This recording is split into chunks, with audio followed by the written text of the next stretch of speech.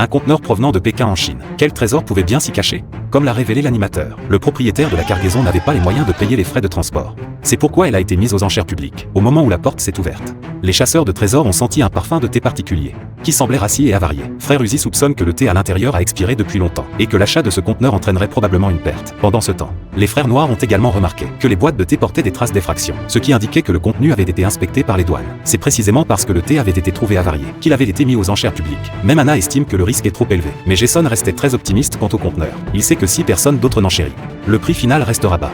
Il pensait que cela représentait une occasion de faire une bonne affaire à un prix avantageux, lorsque la vente aux enchères a commencé.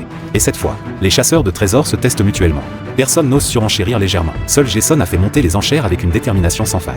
Tandis que Matthew observe en spectateur.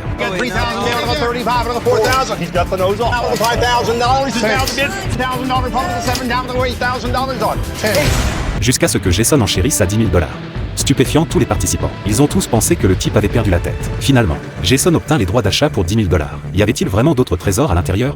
Jason pensait que seul le fait d'oser prendre des risques permettait d'avoir plus de chances de faire fortune. Mais la réalité lui réserva un coup dur. Oh my god, this is pretty much rotten. En ouvrant la boîte à thé, Jason découvrit que les graines étaient humides et moisies, totalement impropres à la plantation, et que la majorité du thé est pourri et sans valeur. Seules quelques fleurs de souci, bon marché, sont en relativement bon état, valant à peine quelques milliers de dollars au total. La découverte suivante fut cependant tout à fait inattendue.